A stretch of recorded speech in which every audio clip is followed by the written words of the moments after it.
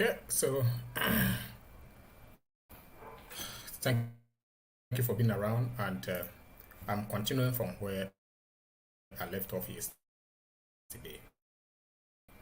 So yesterday we tried to understand time series data. We looked at the various way of like setting up your time series data. All right. So by way of memory, this was the things that we said. The video is around. You can always watch it. Now, uh, now if we have the time series data already, I mean, what are some of the basic things that we need to know that we have to go ahead and do our analysis? So as a result, all that we are seeing here are things that you can actually use to create your time series data, which you already know. But there is something quite simple that I want you to know. Time series data is a little bit different from, let's say, other data types. But let me say that the time series data function, or the time series function, which is TS, actually works on time series data and then matrix data. So when you have your matrix data, I think any other thing that you wanted to do with the time series data, it will work on the matrix data as well. So there are instances that you may want to create a matrix, and then that particular matrix, you want to use it to be able to analyze maybe 3 chunks or something. Now, I have one here. So I'm actually going to separate this. So this is multivariate area. So you notice that what I have here is just, I could just take this out. So what I have here, I just decided to create a variable here. And so I'm going to kill my lights on my matrix. Also, it's going to be my matrix. And then I'm creating a matrix. This is the data set. If you've been following my tutorials, you should by now know what matrix is all about. A matrix is just like a data frame, but in this case, you specify the number of columns and number of rows that you want. So you see that I'm creating a matrix here. This is the data set, that's 400, and I have some rows. The rows should be like 100, and then we are talking about the columns, which are about 4. All right, and these are the data points. And remember that in matrix data, you must make sure that when you multiply the rows and the columns, it should give you the data point, the size of the data point. So we can apply time series function on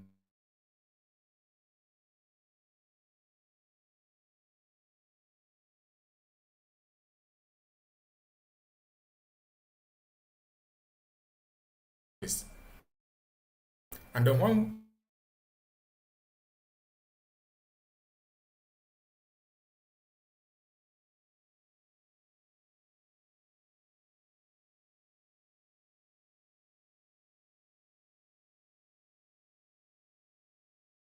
we are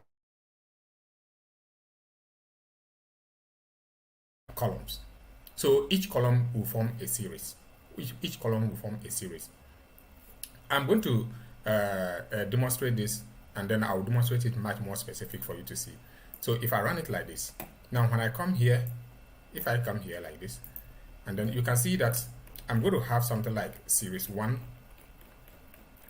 So if I roll up here, I'm going to have something like series 1, series 2, series 3, and series 4. Now I can actually visualize this, and you will see that they are all in time series. Now, how somebody will ask me, how do I get this to be the way it is? Remember that in times, let's say yesterday, what we were talking about, I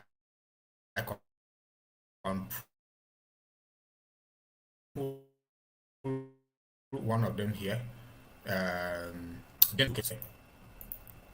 So I'm just going to copy that and come here. So let's say that you have 3 companies. So you have 3 companies, and then the companies, you have run it for like 52 weeks for 5 years. So that will be like 310 weeks.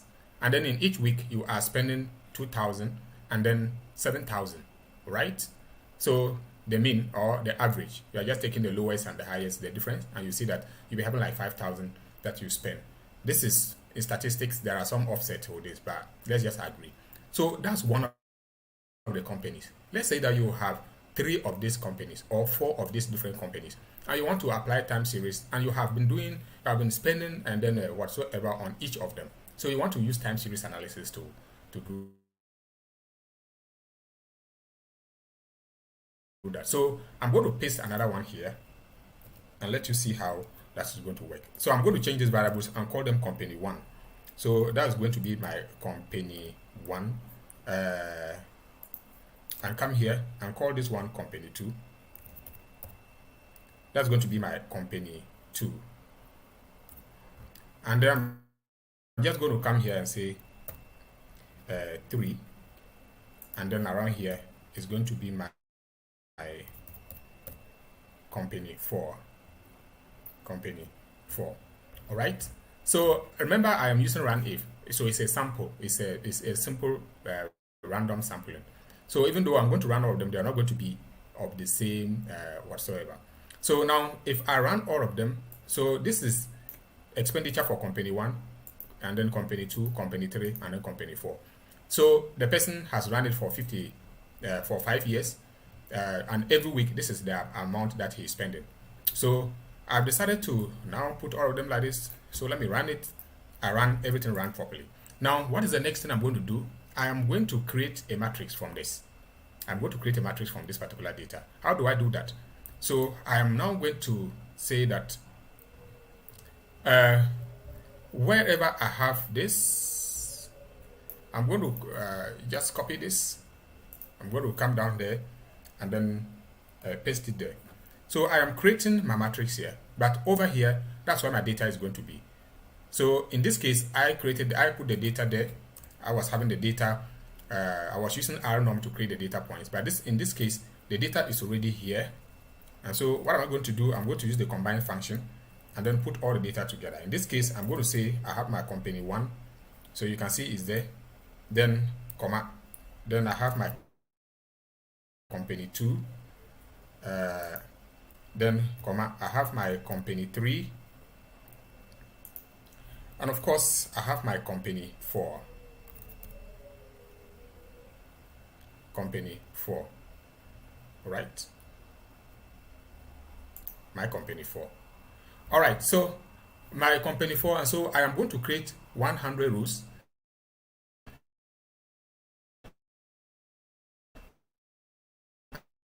And then 4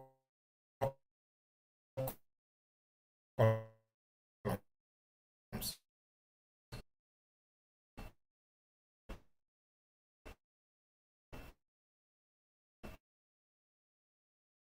So I want I don't know. I need to make sure the number of, if I multiply the number of rows by the number of columns, then it should be able to give me. So if I have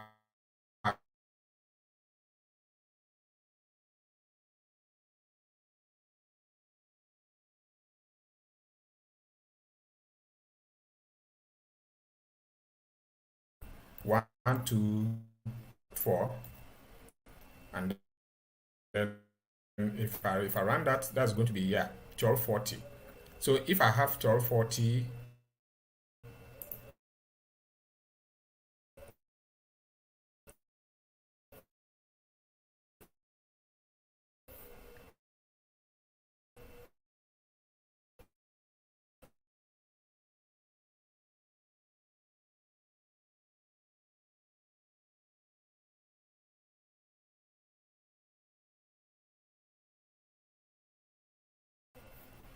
if I have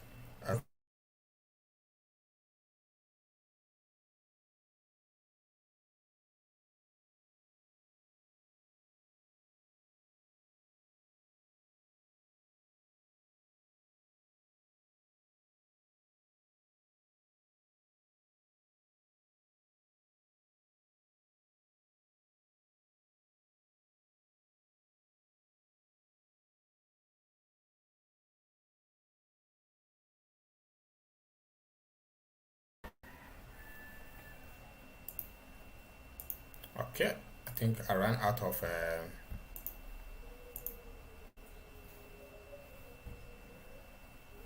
okay, so I'm actually sharing my entire screen so I could pull up this. So this was where we were, and then I was trying to explain why, like the analysis, like the multivariate instances. So I was saying that, so I have like 4 different companies, which has been run for 5 years now, or for some years now. And we've noticed that they are about, when you put that, we are spending weekly an average of 5,000 Ghana cedis. So we decided to put the amount at 2,000 Ghana cedis and then 7,000 Ghana cedis. So the average will give us, let's say, something like 5,000. Or when we get the difference between the lowest and the highest, then we are getting something like 5,000. That's a crude way of getting the average. And so we are running the companies for 310 weeks. That is 52 weeks multiplied by, is it 4? The companies are 4. So I have finished with that, and I decided to create a matrix data and then apply time series function on it, because we are going to analyze it and we want to see how each of the company is faring. Where did we spend much and where did we not spend much, and then in which particular era. So now I just come down here, and then this is what I have created. This one is, let me give this variable a meaningful. So I'm going to say company analysis.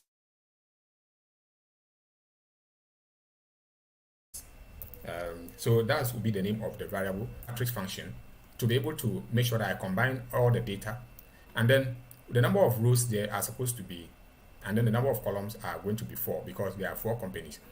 And I'm saying that if you are going to represent your data in time series analysis in multivariate format, you should make sure that each of the variable represent a column, and that's what that means. That's why the number of columns here are 4. The number of rows will correspond to the number of weeks. So we have 310 here. So when I am done with that, I could just, and then we are starting from 19.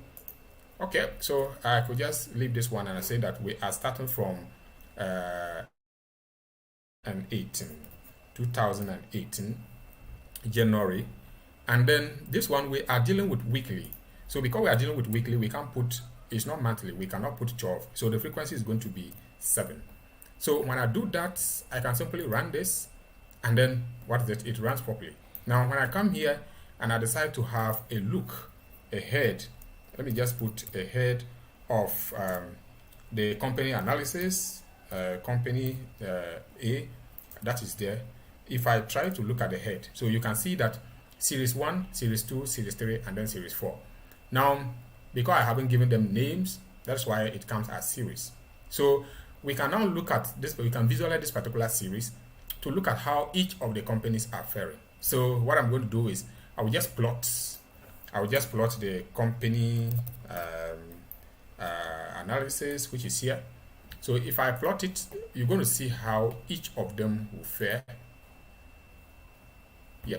So if I pull it out without adding anything, you can see series 1, series 2, series 3, and series 4. So let's assume that series 1 is company 1, and you can see where, how we,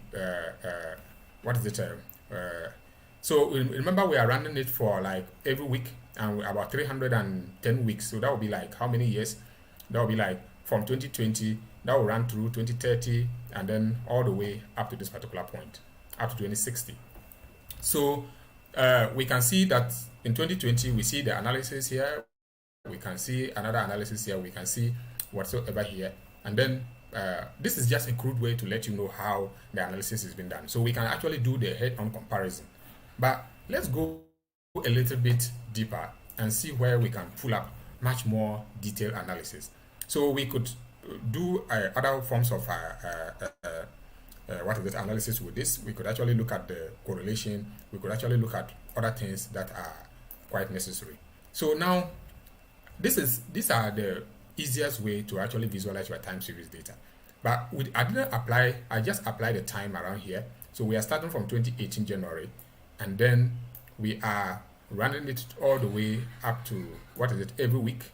And then it goes all the way up to where we wanted it to be. All right, so let's assume that there are other ones here that I don't want to waste your time. Now, there's a data I have simulated. And then I would like us to just start the time series data analysis with that one. Now that we've seen a sample of it. So the data is already found on my C drive. I'm here. on my desktop, and I call it simulated TS. So I'm just going to what is this? Just run this, and then I'll run this again and look at the head. So we can see that a country, okay, I think this player made a mistake. A country, WA, product, Sobolo, and whatsoever. That's the head of it. So no, I actually wanted to make this place city, not country. It's supposed to be city. So this data is simulated. It's actually about the number of items that somebody has. Somebody is selling, 5 different items in 5 different cities in Ghana. So over a period of 2019 and 2020. So we want to look at how each of them is faring in different places. So I simulated that data, but I think that I made a mistake here. Now, how do I correct it? I keep saying data analysis, you don't really fear mistakes. It allows you to learn. How do I correct this? Remember, I use this link to be able to to bring the data, or to be able to import the data to R. Okay. So what I can simply do, I'll just go to my desktop. This is where the data is located on my desktop. This is the absolute path to it. So I have my simulated underscore CSV file, which is found on my desktop. So I'm going to go to my desktop, open the data, then edit it over there, and then come around this code again. You won't see this again. So let me go quickly to my desktop. I'm going to look for simulated time series data, which is here. So I'm going to open it in Excel. So my Excel is opening. So in Excel, when you open and you see this hashtag symbol, it means that the space is too small. You just come and click here, down like this, double click, then it will fit. So this is why I actually wanted to say city. So I'm going to just put there city. That's all. I'll come here and then say save, and then a product. Then that's all. So when I say here save, I have saved it. I'm going to close it. Yeah, I would like to see it again. Then now I'm going back to my R Studio. And then I'll come and run that line again. Run this line again. And now when I do this, you see that you don't see the country again. You now see what? City. That's what I was talking about. Now, when I'm done this with this, in data analysis, this is time series data. And I'm saying that, let me pull up this so that you'll be able to see it properly. Or should I even clear this? Okay.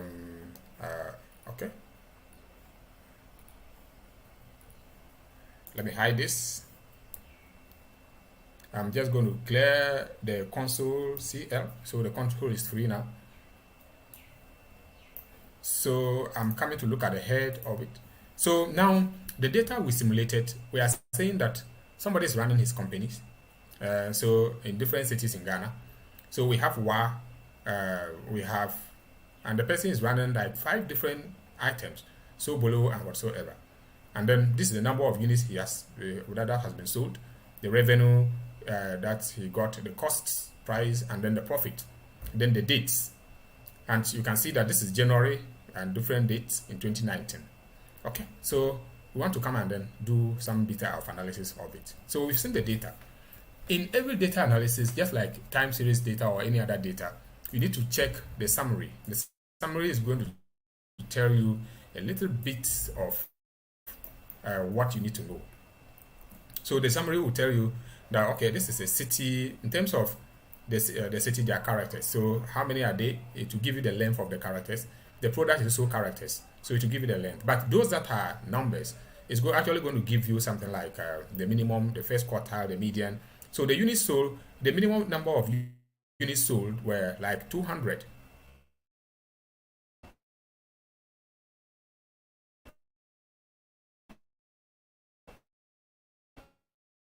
And then what is it? First quarter. But you see that this, we can see the cost source was 40 Ghana cedis, and then we could see the maximum cost was around 10,994. And then, of course, we look at the profit. The minimum profit we made was 160, and the maximum profit was 13,479 Ghana cedis. All right. So the summary always give you a preliminary example. So you want to look at the structure of the data, because if you don't actually look at the structure, you won't be able to work with it. So we are saying that city is a character, product is a character. It means you can't apply mathematical operations on them unless you change them to factors. So in that case, you count them. So we have here, we have product, which is a character, unit character.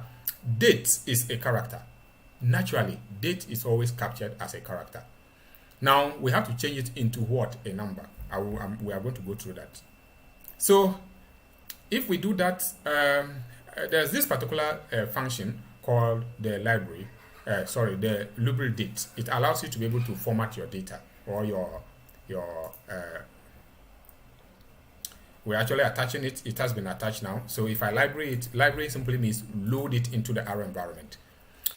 We have downloaded it or it has been installed, but it is not within R environment. R cannot contain all of them. 18,000 different packages.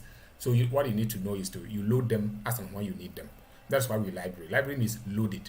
So we've loaded it. So we can now.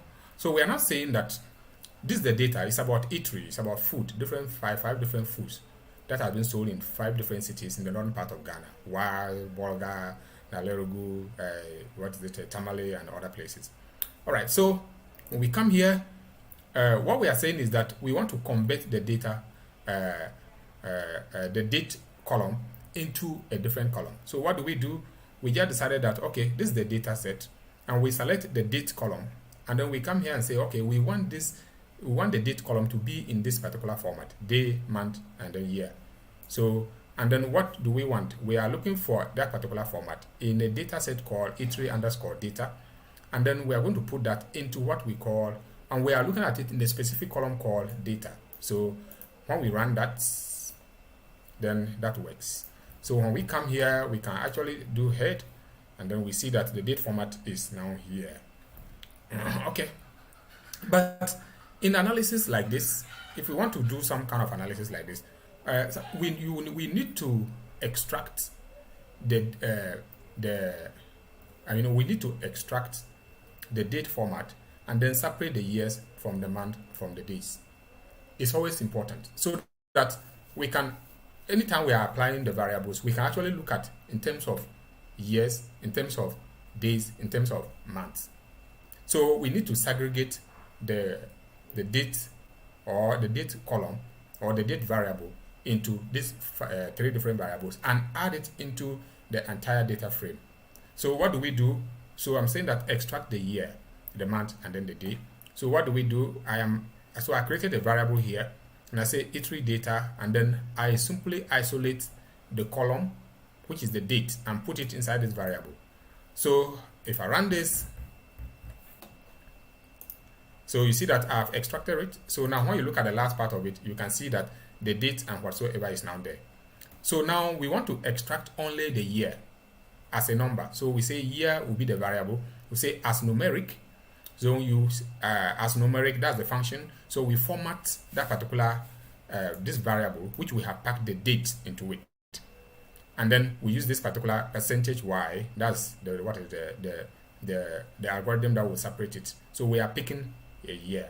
Don't put here small y. When you put small y, it's going to add additional 2 zeros, and that will make it a bit difficult for you. So we run it like this, and then now if I look at year, if I should look at head, if I should just say head, and then I put the year here. If you look at it, you can see that we have removed only the years alone, and we put it in the year. The same way we would do to month, and so we can have only the months and then the days. Now when we have finished, we need to now add the year as a variable itself, add the day as a variable, and add the month as a variable data frame, which I call it the eatery_data. All right. And so to do that, you use cbind. And so I decided to use cbind, and then run it here, and then that is all. So now if I now do head of the eatery data, then you will see that if I put it up, you see that there will be new entries. So you now have the date, but you have year separated, month separated, and then the day, so that we can deal with year separately, we can deal with days, and we can deal with month. This is how we do time series data analysis. It makes your analysis a little bit quite understandable, right? So we can look at the tail part of it, and this is the tail part of it, so you can see that we have the last part of it. Now, it's not time for us to try and see whether if we can visualize that this particular data, the time series data. So I just want to have a small glimpse of how it will look like. So I'm using the ordinary inbuilt like to plot. So I'm plotting the a year on my x-axis, and then I'm looking at profit, and then on my y-axis, and then the type is we are going to use a line. So L here means line, and then on the x-axis we want to label it a year, and then the y-axis we label it as what? Profit. So let's run this and see how it's going to look like. It's not coming. You know what happened? It means that this particular panel is too small. So what I need to do is to widen it up and run that line again. So we can see that when we zoom this out, beginning to see something. So we can see that in terms of year, the profit started running down. Yeah, profit started in general. The profit started running down from 2019 all the way up to 2020. By the year we were in 2020, we're making a profit of around 2,000 or below 2,000 Ghana cedis. All right, this is just a crude way. This might not be carrying so much weight. Around the next line is the same way what I am getting. But in this case, I have given a limit. The only difference between the first line and the second line I've run is that this one, I'm saying plot. And usually, in visualizing your data, the first variable after the function, the plot is the function. The first variable is always the data, mostly. Then, and here, I am looking at the E3 data, but I'm not looking at the entire E3 data. I am selecting only one part, which is year, as my the variable on my x-axis, as against the number of units sold here. And then I'm saying the type of plot that I want. If I put here O, it means I'm going to get points. Let me put the O, and then if I run that line, you see that I'm going to have what? Points. So you can see that I have points instead of line. You can see that I have points here, even though they are quite small. So I could actually put there a line. So you put L, and then when you run it, that's going to give you a line. And we can see the number of units sold. That was also increasing or also decreasing proportionally with respect to the number of years. So I decided to have this kind of visualization, and then of course, but to be able to make a very clear way to understand all these things, I like to visualize the data using ggplot. And in ggplot, if I've been following my tutorials, I have a full tutorial on ggplot. ggplot, the first thing is your data, followed by your aesthetics. The aesthetics will tell you which one is your y axis, which one is your x, whether you take color or whatever. When you finished, now you can now begin to add layers upon layers upon layers, and then that's all. So I have my data here, which is sitting down there. Then I have my year again. Then I have my profit again, and then I just decided to add two more layers to it. So I'm going to find out geom line and then geo point. So run that line. Oh, there's an error. We couldn't find a function called ggplot. You know what that means? It means that my ggplot is not. So when that happens, you simply come and click on your packages, then come here and just type ggplot. So you can see that ggplot2 is here. Come and click on this. So ggplot is now activated. When you go back and run the line again, now you see that ggplot has given me. But this is not actually carrying weight. Alright? So you run the next line and see what's going to happen. That's not also carrying so much weight. So what I want to do is, I want to, there isn't, so we see some dashes here. So this year and then profit. So now what I decided to do is to at least make sure that how many variables do I have? I have profit, I have revenue, I have units sold, I have year, I have product, and then all of it. I mean, how do I get all of them into one plot so that I'll be able to make meaning? So I decided to use a dplyr function, a package, where I can find this pipe operator. So this is my data sets I have here. Then I pipe just two things from there. So I am piping year on my x-axis, and then profit on my y-axis.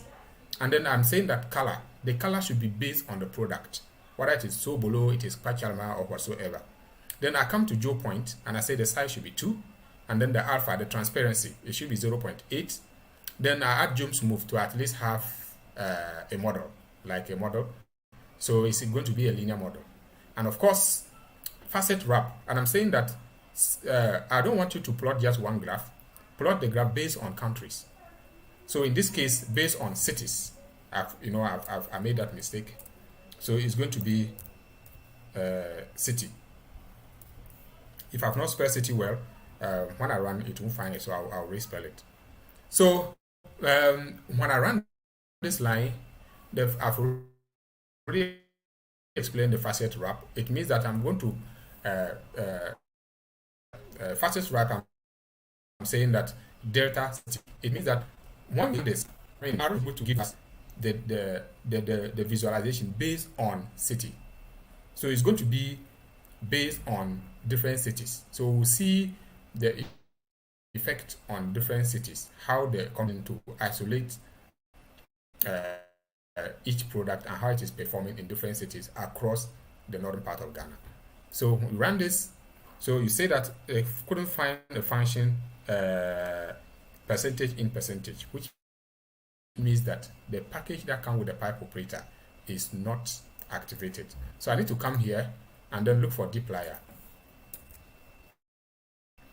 So dplyr. So I'm coming here to activate dplyr. So when you do that, dplyr has marked some kind of, it has. But let me try and then run it again and see. So it's so if I pull this out, you can see now it makes sense, right? So we now have, this is city, Bolgatanga, Nalerugu, Salga, Wa, and then Tamale. Now we can see that I have profits here, then the years are down here, and then we can have the product based on color. So now if I come and I want to know how each of the product is faring in each of the cities, I can come and look at Bolga alone and look at 2019 and look at what was happening to profits. And then we can look at the product. So this is Pachalma. The color is it red? So we can come here and look at Pachalma. At least we can see that in Bolga, Pachalma was a little bit growing, a little bit towards 2020. As of 2019, it was a little bit lower, but started getting up in 2020. The one in blue, that is Tubani, it never changed. It was elastic. So it means the price remained the same throughout in Bolga. And we can see this is almost the same in the other places. So this is how facet wrap, this is how the visualization would look like. It makes your analysis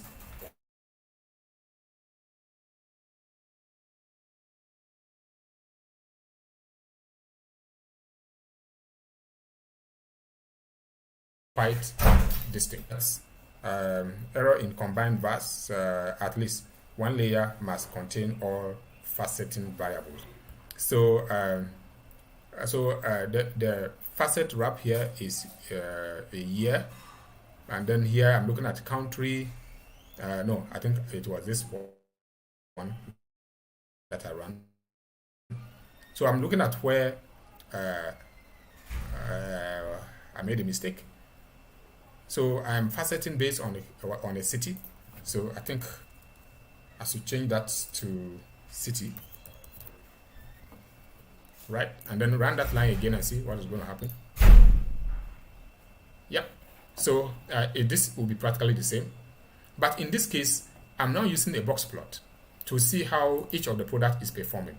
So if I pull this out, we can see we are looking at the performance of eateries in different parts. And so these are box plots. If you don't know how to interpret box plot, you can check one of my videos on my YouTube channel on data visualization and interpretation. You will see how to interpret box plot. But you can see that this color, Pachalma, averagely has some averagely doing better. But what is it? All in all, where we had the maximum profit was Sobolo, and this was in Tamale. This is coincidence, right? And we can see the whisker was quite taller around here. If you want interpretation, I can do that in a different video.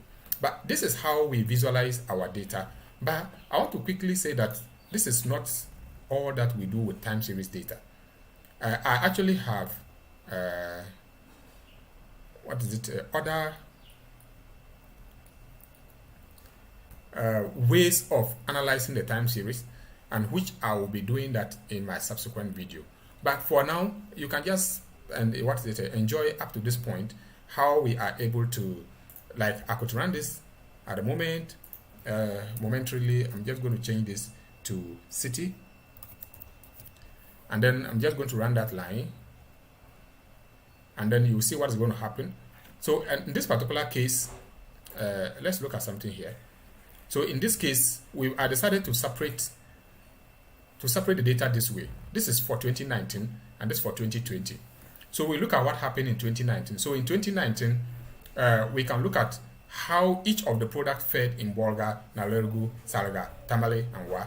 And then 2020, how did the same product fared in the same cities? So you see that I facet wrap in 2019 and 2020, and you can see how each of them, so when we come here, we can see Pachalma in red, Pito in some color, and then we can come here and correspond using box plot. So the points we are seeing on top here are outliers, exceptionally too long profit that doesn't make sense, but they are always subject to for us to investigate why did we have exceptionally too much profit. Maybe there was a funeral on that day, and then or there was a wedding or some kind of rally where you had so much sales, and then you wanted to look at that. But I just wanted you to see how we will be able to analyze some of this data using some of these algorithms, and then this is how it looks like. Okay, so we could have looked at other ones here. Yep, I know where the problem is coming from. We are unable to there is an error here. I'm not going to waste time correcting. I've already corrected much of the errors, and you've already seen it. So the next part of the data analysis I'm going to see is I now want to isolate much of the data and then analyze them one after the other. I will analyze it based on monthly, analyze it based on daily, analyze it based on yearly. So yearly we have already seen some, but how do we do that? How do we just pack the data into this variable and we try to change the format? Then we simply just combine them, and of course we can come and then a subset. So in this case we are isolating only 1 month.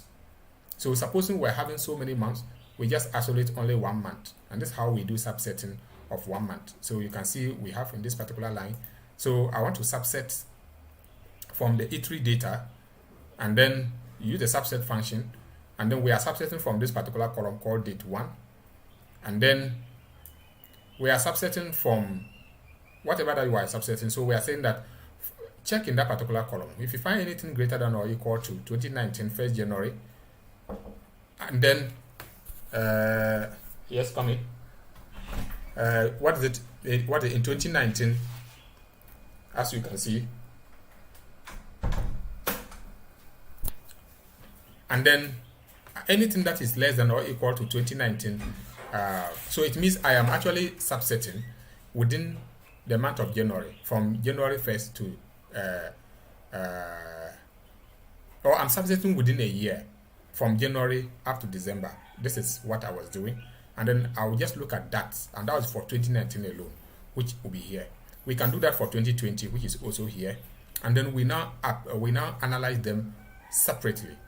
All right, we can now analyze that separately. I'll be doing that video. You can see that I've already written the codes down there. I'll be doing that video in my subsequent presentation. But for now, this is all I have for you by way of showing you how to visualize time series data. And I'm very happy that you saw how it works. It's really it's a lot of fun, and I hope you've enjoyed yourself just like I have done. We'll be doing a lot of what we have known all the time is that trend.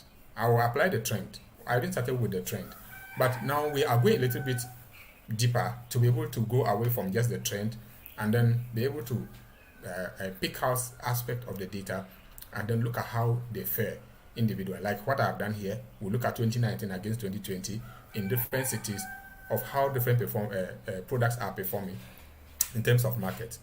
And so that's your analysis for today. Thank you. I hope we'll see you again momentarily. All right. Thank you, and I'll see you. Bye bye.